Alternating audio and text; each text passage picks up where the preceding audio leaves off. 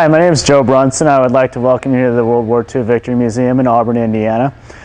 Here with me is a fellow compatriot of mine. He helps us out a lot at the museum. His name is Don Wolford. He's a very great guy, and in just a few minutes he will get you into the vehicles. But first, I will tell you a little bit about the history of the museum. We have about 150 vehicles from the Second World War. The collection was gathered mainly in Europe and was primarily displayed in a museum in Europe, in Belgium exactly, called the Victory Memorial Museum. That museum opened up in the early 90s, encountered financial difficulties, closed in 1996, and was bought by Dean Kruse, who created the Dean V. Kruse Foundation to administer the museum here in Auburn, Indiana. And now I will turn you over to Don Wolford, and he will get you started with the M18 Buick Hellcat tank destroyer. First vehicle here, as Joe mentioned, was a Buick-built M18 U.S. tank destroyer, light armored vehicle. Has the distinction of being the fastest fully tracked armored vehicle of the Second World War, the top speed of about 50 miles an hour. Armor thickness on it, maximum was roughly about a ½ inch thick. And basically the vehicle was designed to not actually have a direct confrontation with the German tanks, but more of a hit and run strategy, hence its fast top speed of 50 miles an hour, so they could hit and run, make your best shot, and then basically get on the road to get out of trouble. The gun on it was a 76mm gun, basically capable of destroying most of the German heavy armored vehicles of the Second World War II era. More typical for the later part of the war, 1944-45, they were pretty commonplace in nearly all the U.S. tank destroyer units. Next few vehicles that we're going to show you are vehicles that were used by the German armed forces. Beginning right here, we have a BMW R75 in a desert or tropical paint scheme. We have Africa Corps markings on here, and this is actually used by the German Army.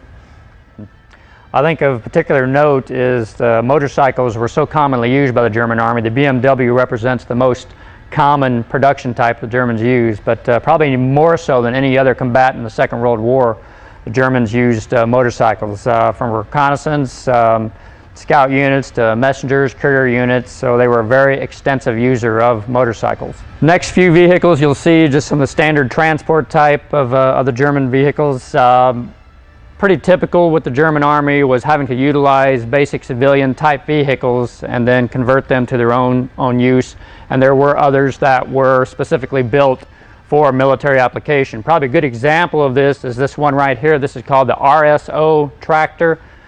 The Germans discovered very early on in the Eastern Front that there was particular problems with the Russian road system, that they were practically non-existent. And in the fall, mud being a very big problem, and certainly in the winter months, the snow becoming a problem, the Germans realized that at least some of their transport was going to have to be the full track variety, so that they were able to transport weapons and munitions and supplies to the troops on the Eastern Front. And of interest, this particular vehicle actually has special tracks that they would add to the regular steel tracks to help them with better flotation on the snow. The museum here we're actually having, which was a fairly typical situation, where they're towing a light 20mm flak cannon.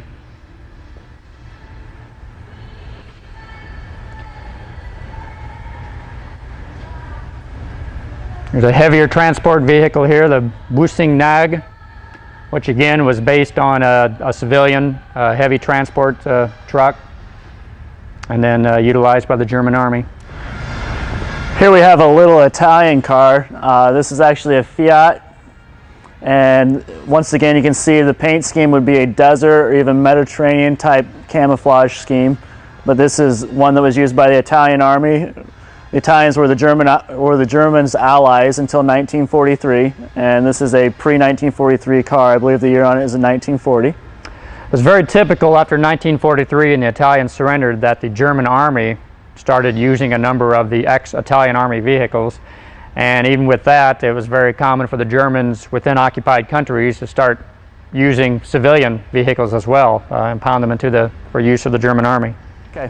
What we have here is a little Italian truck. This vehicle was actually recovered intact in the French Alps, very near to the Italian-French border. in the early 1980s. It was left behind by the Italian army when they tried to invade France in June of 1940. You can see by this truck that it's rather primitive looking even for the time period. If you notice, it has the hard rubber tires down here, but it's one of those vehicles that you definitely have to scratch your head about and wonder why people wanted to go to war in one of those in 1940. And as we walk forward here, we also have another Italian truck, and this is another one that was recovered intact in the French Alps in the early 1980s. This vehicle and the previous one were actually recovered together.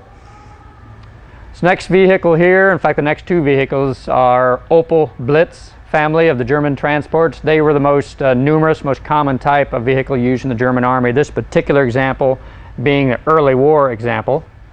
And over here behind me we have a later war example. This particular truck was manufactured in 1943 and saw action later in the war. All right here to my left we have two fairly interesting vehicles.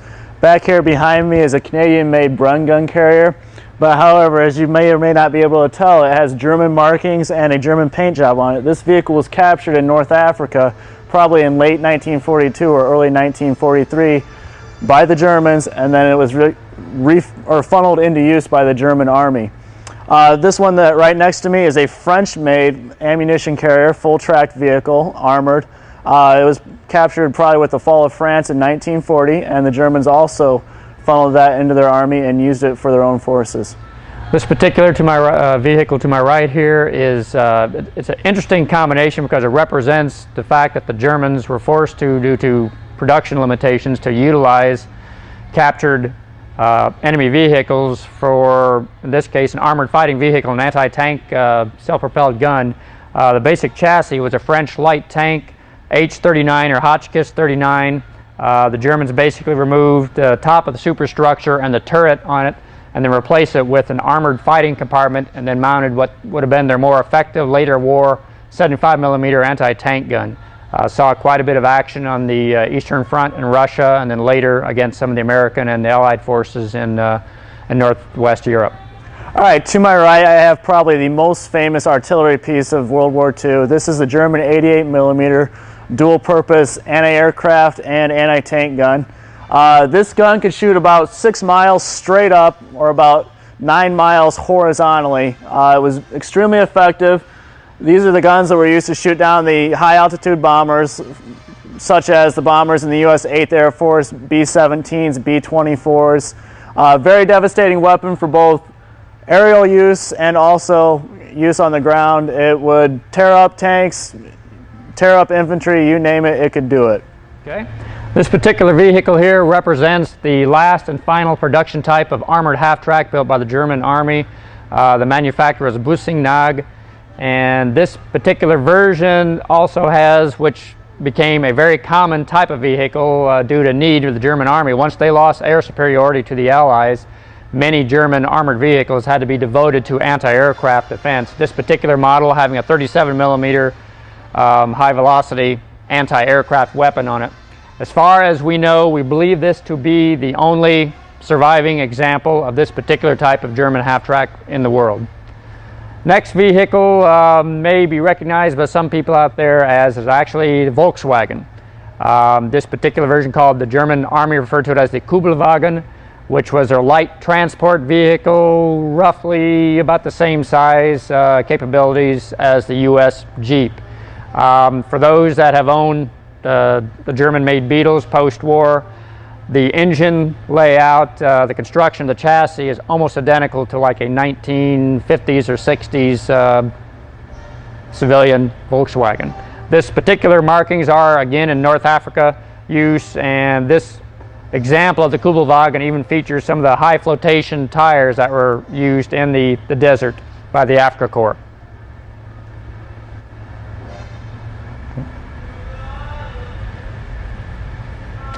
This next vehicle here is another example of the German Army being forced to utilize captured enemy tanks. In this case, it was a Czechoslovakian-made chassis.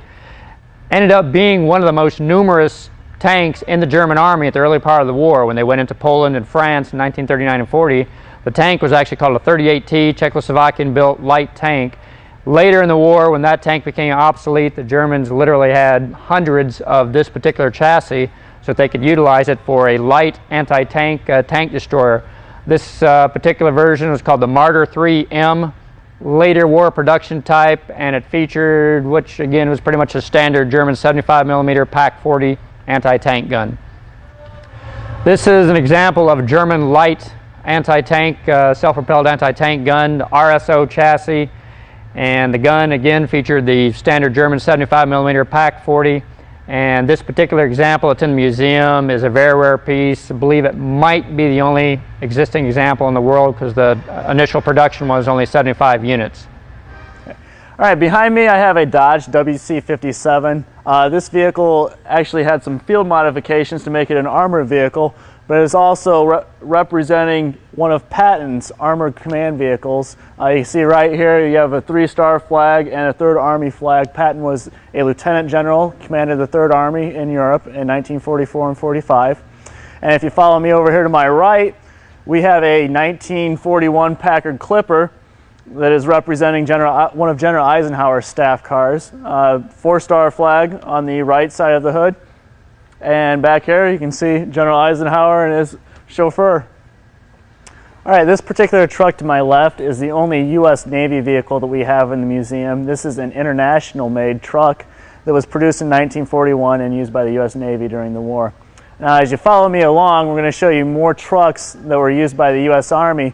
And this is probably the best example of why the U.S. Army was able to have offensive action in Europe that was just so dynamic. We crossed Europe, we repaid the Germans 10 times over with the Blitzkrieg concept.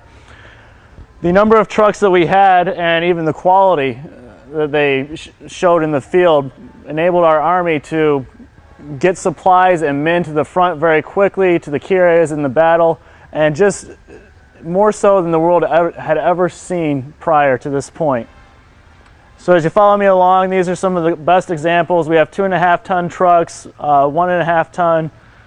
We have about everything in here.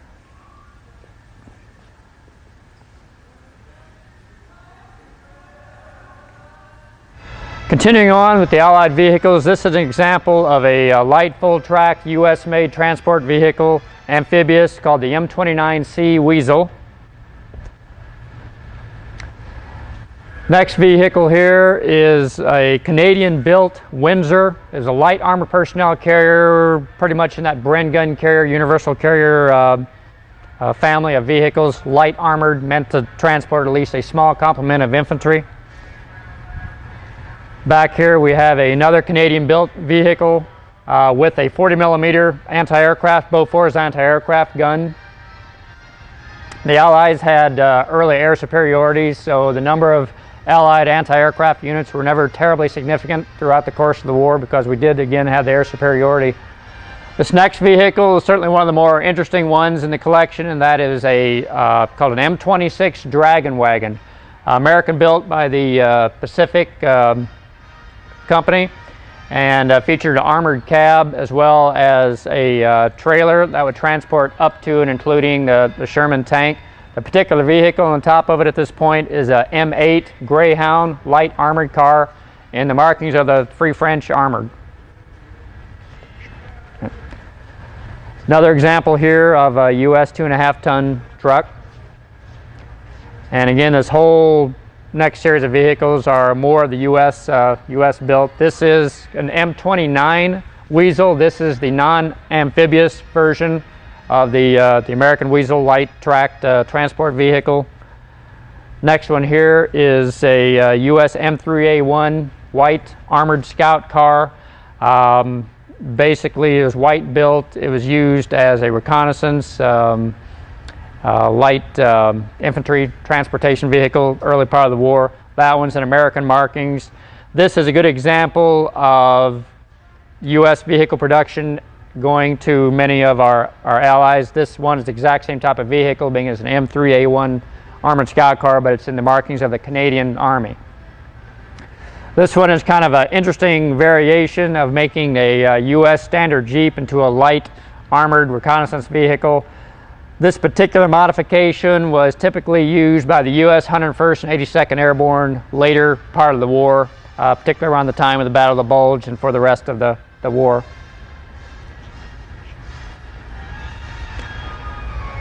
Next vehicle here is the M5 high-speed tractor, which was pretty much intended to be the standard towing vehicle for the U.S. 105mm howitzers.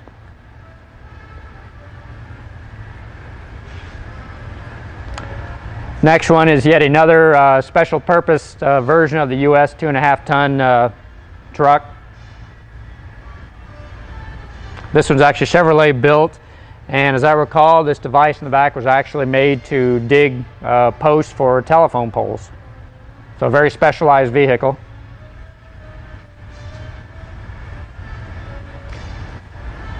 This truck here represents another Canadian-built example of a standard transport truck. The Canadians built not only for their own army, but they also did for the British and the other Commonwealth armies as well.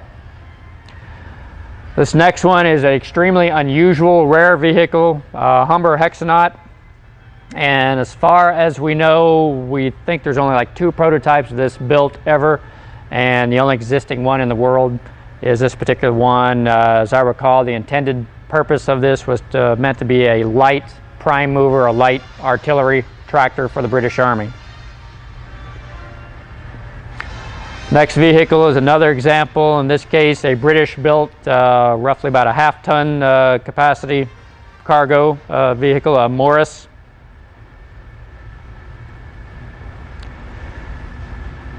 This vehicle is a light armored car utilized by the Commonwealth armies called the Daimler Dingo armored car. 2 people, a driver and a crewman, which is generally meant to be the person who is doing the observing and operating the radio in the vehicle. This vehicle, again, is another example of a captured vehicle that was utilized by the German Army. This particular one was Fiat Polski built, a Polish light tractor meant to tow light artillery pieces, and it has been painted again in German marking since it was utilized by the German Army basically for the same purpose, to tow light anti-tank and light artillery weapons. Here we have 2 more motorcycles that were utilized by the German Army. This particular one is a Zundap KS 750. Zundap was an offspring of the BMW Corporation, but if you look at this one has a small machine gun mount right there. You might be able to see that. On the sidecar here, they would usually mount an MG34 for armor, or armament, and it was a fine little bike, good-looking little bike. Up here, we have an extremely rare, probably the only existing survivor in the world. This is a Belgian-made Sarolea 1000, captured by the German Army in 1940 and then utilized beyond that. There are only about 350 of these ever made, and like I said earlier, we do believe this to be an only existing survivor. Here we have a little French-made full-track ammunition carrier. It's an armored vehicle. You see these little domes up here. Those are armored domes. Your head would actually, the crewmen's heads would actually be up in there. And if you can see, there's little vision slots, not much for them to see out of. But this was made by the Renault company, and I don't know, maybe it's just me, but how would you have liked to have gone off to war in this thing? Not too much fun. This vehicle represents the standard U.S. armored personnel carrier. This was a white-built M3 armored half-track, and many of your GI veterans from the Second World War, particularly if they were in the armored units or armored infantry, would have seen a lot of time on these. Typical armament was a 50 caliber heavy machine gun, and they would also have secondary armament of the U.S. 30 caliber Browning machine guns as well. Lightly armored, weight was roughly in the 8 to 9 ton neighborhood, and this particular example was an earlier war production model. The paint scheme we actually have on it is one that had been utilized and was painted up this way during the Battle of the Bulge. Here we have a Horch medium all-terrain vehicle. This was utilized by the German Air Force, the Luftwaffe, but this vehicle, you can see it's painted in the Luftwaffe gray, and it is also marked for the Hermann Goering Panzer Division, a relatively famous division. Even though this was the German Air Force fielded actual combat units for ground combat, In this case, the Hermann Goering Panzer Division was an armored division of the German Air Force that participated in the ground war. Also of interest on this vehicle, some of you may have noticed on the headlights on many of the vehicles, you have this kind of cover with a little slot there. Those are blackout covers.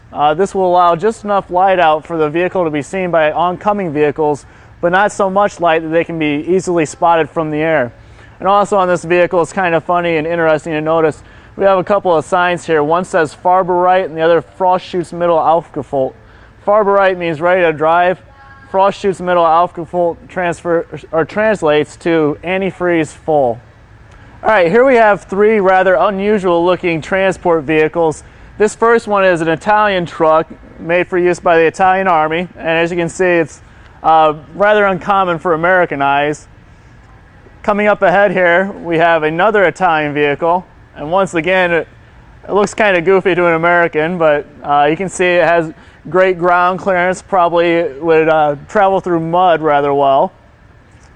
And if you come up here, we have a French-made artillery tractor. This was actually used by the Belgian Army, and it was used to tow artillery pieces. Manufactured in 1939, it probably fell to the Germans in 1940 with the fall of Western Europe. Here we have a Horch 930V. Horch was a subdivision of Auto Union. This car would be a German General Staff officer's car. As you can see, it's a rather luxurious type car, and it would have been used for rather high-ranking officers in the German Army. This next vehicle was another German armored half-track built by Opel. Early in the war, the Germans gained a lot of respect for rocket artillery, which was very commonly used by the Russians. Later on, they developed their own type called the Nebelwerfer. These are 150 millimeter rockets. You can see this particular vehicle could fire as many as 10 of them, and a light armored body. The track suspension was actually copied from the British Universal Carrier's design that we showed you earlier. And this was pretty typical late war vehicle, 1944-45, for the artillery units firing the rockets, Nebelwerfer rockets. All right, here we have another vehicle of note. This is another Maltier. As you can see, it's a half-track vehicle, but what makes this vehicle so interesting is it was manufactured by Ford, and it was actually manufactured by the Ford plant that was in Germany. So right here we have a Ford manufactured Maltier for the German Army. This next vehicle is actually an Austrian-built example of a heavy field car utilized by the German Army. It's built by the Austrian company of Steyr, and meant for just field transport. More often than not, you'd see the higher ranking officers, or at least senior officers, being transported in the field in this type of vehicle.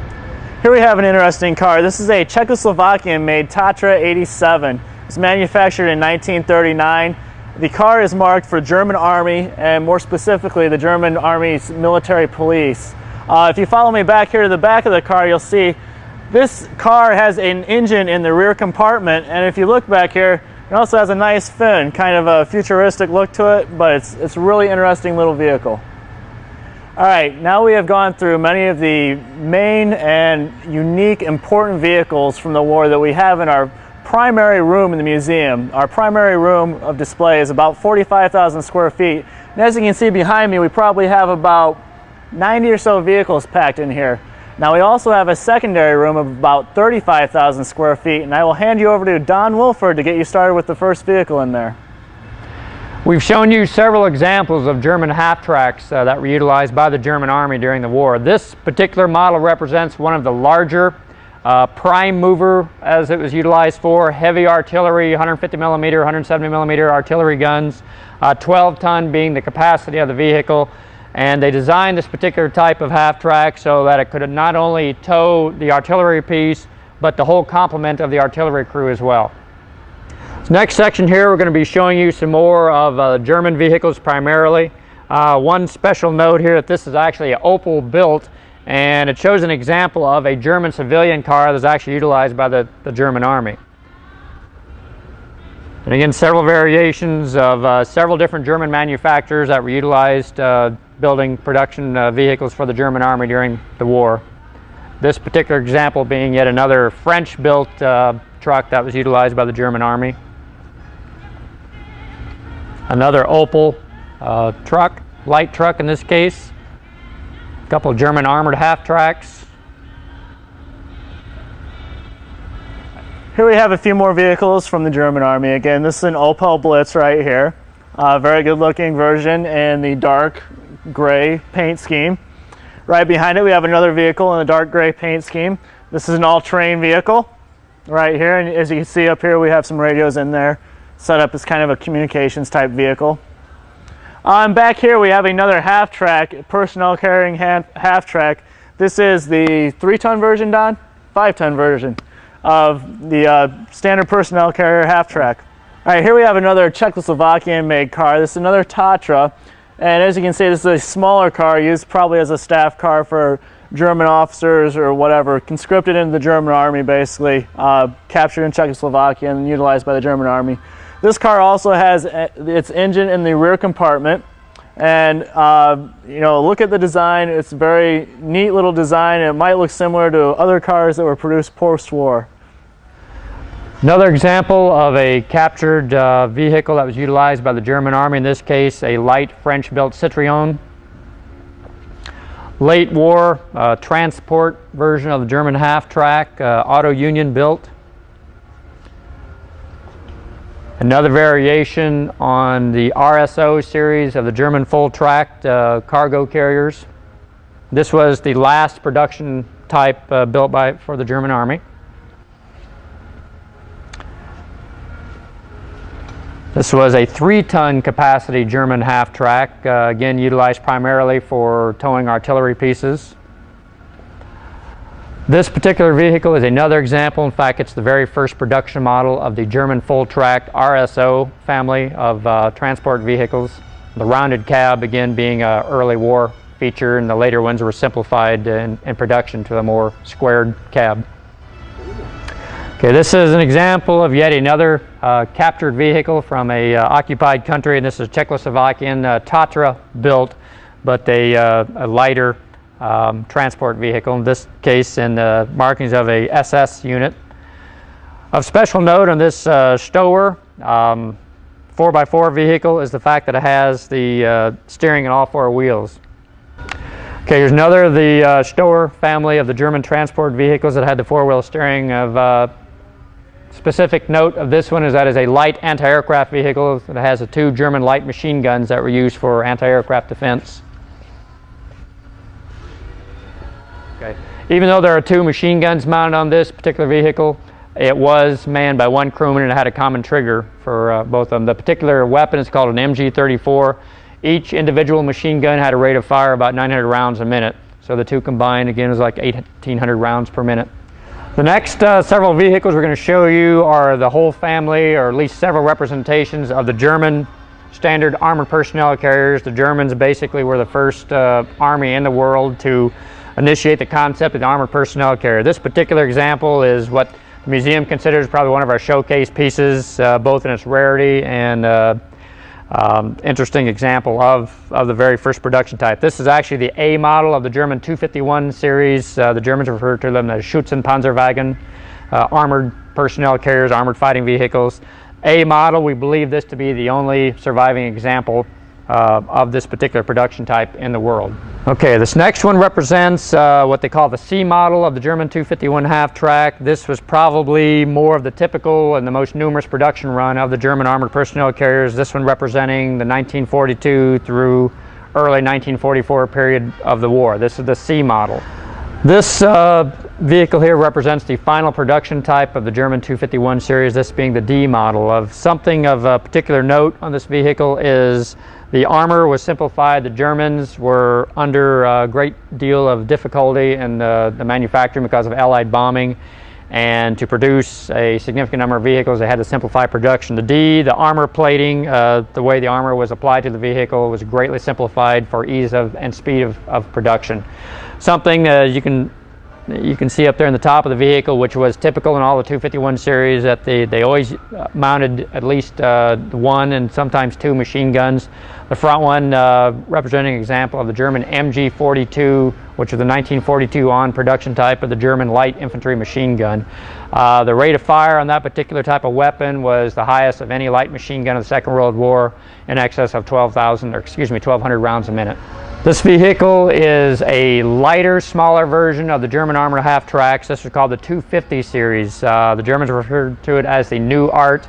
This one was utilized more in the reconnaissance, command and control, radio vehicles, as opposed to the armored personnel carrier function of the 251 series of the German half-track.